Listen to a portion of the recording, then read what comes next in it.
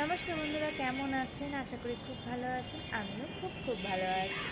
আজকে সোমবার, তো আজকে আমার হাজব্যান্ড অফিস চলে গেছে, দুপুরে খেতে আসবে, সেগুলোই রান্নাবান্না করছিলাম। ভাবলাম তোমাদের সাথেও শেয়ার করি কী রান্না করছি। আর আজকে কারণ সকালবেলা মর্নিংটা আমি একটু ব্যস্ত থাকি, কারণ অফিস যায়, সে সমস্ত জিনিসপত্র করে দেওয়া, তার জন্য একটু ব্যস্ত থাকি। আজকে অনেক কিছু করে ফেলেছি, তাও তোমাদের সাথে শেয়ার করি আজকে কী কী রান্না করছি আর কী করছি। চলো রান্নাঘরে যাওয়া যাক। এই যে আর একজন আমার পুচকুটা খালি গায়ে ঘুরে বেড়াচ্ছে ঠান্ডার দিনে, ও কিছুতেই জামা পরবে না। ও কী হয়েছে জানি না, ও টয়লেট থেকে এসে ফ্রেশ হয়ে, ঘুম থেকে উঠে ফ্রেশ হয়ে নিয়েছে, নেওয়ার পরে ও আর জামা পরবে না। তো এখন এই চামচ নিয়ে ঘুরে বেড়াচ্ছে। চামচ নিয়ে কী করছো? মুখে দিচ্ছ? তো দাঁতে লেগে যাবে তো, সবাই ছি করবে। দাঁত থেকে নামাও, নামাও দাঁত থেকে। কি হলো, দাঁত থেকে নামাও, দুষ্টুমি করে না। চলো এইখানে একটা জিনিস তোমাদের দেখাই। এই যে এই সাইড দিয়ে এই ট্রেন লাইন, তার একদম অপোজিটে হলো বাস লাইন। এখানে ওর জন্য প্রচণ্ড পরিমাণে আওয়াজ এত পরিমাণে হয় যে আমি ঘরে বন্ধ থাকলেও আওয়াজটা পাই। আর এইটা হলো একটা খুব সুন্দর ছোট্ট বাচ্চাদের পার্ক, যেখানে আমার পুচকুটাকে রোজ বিকালবেলা নিয়ে যেতে হয়। খুব ভালোও লাগে যেতে, আমাদেরও হাঁটা হয় একটুখানি। আর চারিদিকে এত গাছ কি বলবো। চলো রান্নাঘরে যাই। এই যে ছানাটা দিয়েছিলাম, ছানাটা তার খাওয়া হয়নি, রসগোল্লা বলেই খাওয়াতে গিয়েছিলাম কিন্তু খাইনি, তাই এটা আলাদা করে আমি খেয়ে নেবো পরে। আর আজকে এনেছে কচু শাক, কিন্তু আজকে কচু শাকটা করবো না, একটু রোদ্দুরে দেবো, তারপর করবো, নাহলে একটু খুটখুটো করবে। আর অলরেডি করা হয়ে গেছে ডাল সিদ্ধ, সাথে একটুখানি শুকনো লঙ্কা ভেবেছিলাম দেবো, কিন্তু শুকনো লঙ্কা দেবো না, খাওয়ার সময় একটু কাঁচা লঙ্কা দলে নেবো। আর একটুখানি সর্ষের তেল দিয়ে মেখে রেখেছি। আর এখানে করব আমি শিম বাটা। শিমটাকে একটু জল দিয়ে, আমি একটু বেশি জল দিয়ে ফেলেছি, জল দিয়ে এটাকে পেস্ট করে রেখেছি। এখানে চারিদিকে এত আওয়াজ না, আর অলরেডি তেল দিয়ে আমি দৌড়ে গেছিলাম ও কী করছে দেখতে। চলো রান্নাটা স্টার্ট করি। তেল দিয়ে আমি একটু কালো জিরে দিয়ে দিয়েছি, এটা একটু গরম হোক। পাপা এখানে ডাল সিদ্ধটা আমি এটা দিয়ে করেছিলাম, তার মধ্যে একটু তেল দিয়ে দিয়েছি, আলাদা করে ধুইনি, ধুলেই না তেল ছিটাটা এত পরিমাণে হয়। আর এখানে এত আওয়াজ, আমি জানি না আমার কষ্ট কথাগুলো কষ্ট হচ্ছে কি না। ভিডিওর মধ্যেও দেখছি সেই আওয়াজগুলো চলে যাচ্ছে। এবার আমি এটার টেম্পারেচারটা একটু কম করে নিয়ে, গরম যেহেতু হয়ে গেছে, আমি এটাকে দিয়ে দেবো। এটা কারিয়ে কুচিয়ে একটু দিয়ে দিই। এই যে আমি এর মধ্যে হলুদ, নুন আর একটুখানি সামান্য চিনি দিয়ে দিয়েছি, দিয়ে ভালো করে এটাকে, হ্যাঁ বাবা বলো না, এটাকে ভালো করে নামিয়ে নেব। আর ইনি হলেন গাড়ি নিয়ে আসছেন, এই বারবার ধরে বলছেন যে এখানে আসি। রান্নাঘরটা আমার ছোট, তাই একটু অসুবিধাই হচ্ছে, ও বারবার ধরে বলছে আমি এখানে আসি এখানে আসি, এই করে যাচ্ছে।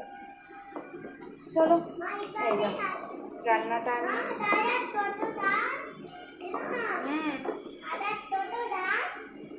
আমি এখন বলতে পারছি না বাবা, টেম্পারেচারটা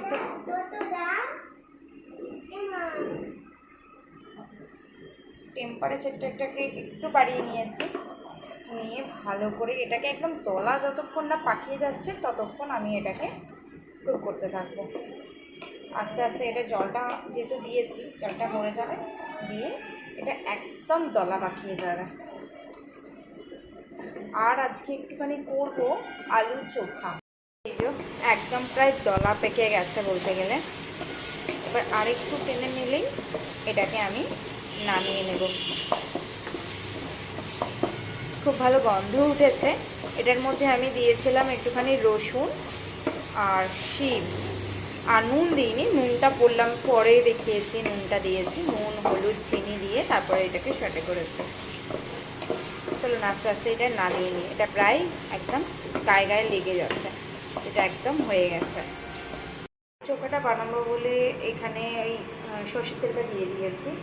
এর মধ্যে ভাবছি একটু কালো জিরে দেবো, কালো জিরের ফ্লেভারটাও না খুব সুন্দর হয় আলু মাখাতে। এই যে গরম হয়ে গেছে, সাথে দেবো এই যে 3টে ভাজা ভাজার জন্য শুকনো মরিচ। এটা আগে ভেজে নিচ্ছি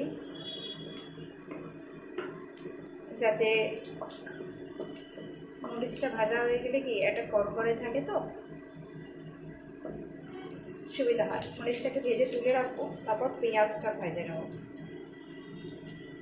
ভেজে সমস্ত কিছু তুলে রেখে দেবো, তারপর যখন ভাত করবো তখন একবারে আলু সিদ্ধটা করে নেবো, বা আলাদা করে আর আলু সিদ্ধ করবো না। ভাতের সাথে আলু সিদ্ধটা করে নিলে সুবিধা হবে, তারপর একসাথে মেখে দেবো, আর কড়াইয়ের মধ্যে কিছু করবো না। কারা কারা এরকম বাটা দিয়ে ভাত খেতে ভালোবাসো তারা একটু কমেন্ট করে জানিও। এই যে ভাজা হয়ে গেছে, এবার এগুলোকে একটু তুলে রাখি। এই যে এবার কড়াইয়ের মধ্যে পেঁয়াজটা দিয়ে দিয়েছি, পেঁয়াজটাকে ভালো করে একটু সটে করে নিয়ে তারপর তুলে রাখবো।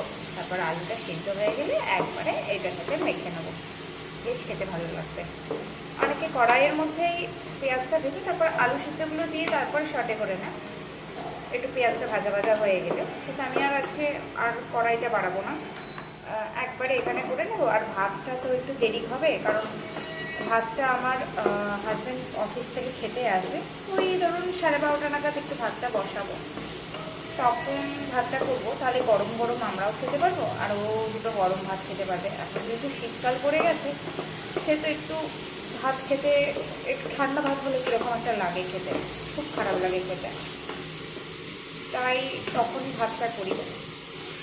এমনিতেই আমি সকালবেলা একটু রান্না করে রেখে দিই, ভাতটা একদম দুপুরবেলায় 1:45 নাগাদ ভাতটা বসে, তাহলে সুবিধা হয়, সবাই গরম গরম ভাত পাইবে। একদম ভাজা ভাজা ভাজা করবো না, একটু হালকা ভাজা ভাজা করবো, যাতে পেঁয়াজের কাঁচা গন্ধটা চলে যায়, তাহলে খেতেও বেশ সুবিধা হয়। এই যে মোটামুটি ভাজা ভাজা হয়ে গেছে, এবার এটাকে নামিয়ে দেবো। নামিয়ে দিয়ে তারপর আমার ছেলেকে স্নান করাতে যাবো, স্নান করিয়ে তারপর ভাতটা বসাবো। তা করতে করতে মোটামুটি 12:30 পৌনে 1 বেজে যাবে, তা করতে করতে ভাতটা করে নেবো। চলুন। ভাজা লঙ্কাটা এরকম করে রাখলাম, যাতে তখন না এই লঙ্কাটা ভাজাটাকে যদি এরকম করতে চাই না, তখন অসুবিধা হয়। তখন গরম গরম তো করে রাখলে ভালো করে বেশ সুবিধা হয়। চলুন এটাকে রেখে দিই এরকমভাবে, যখন আবার করব তখন এটার মধ্যে আলুগুলো সিদ্ধ করে মেখে নেব। সবার মোটামুটি খাওয়া দাওয়া হয়ে গেছে, এবার আমিও খেতে বসে গেছি। চলুন আজকের মতো ব্লগটা এখানেই শেষ করছি, আবার দেখা হবে নেক্সট কোনো একটা ব্লগে। আজকের মতো টাটা।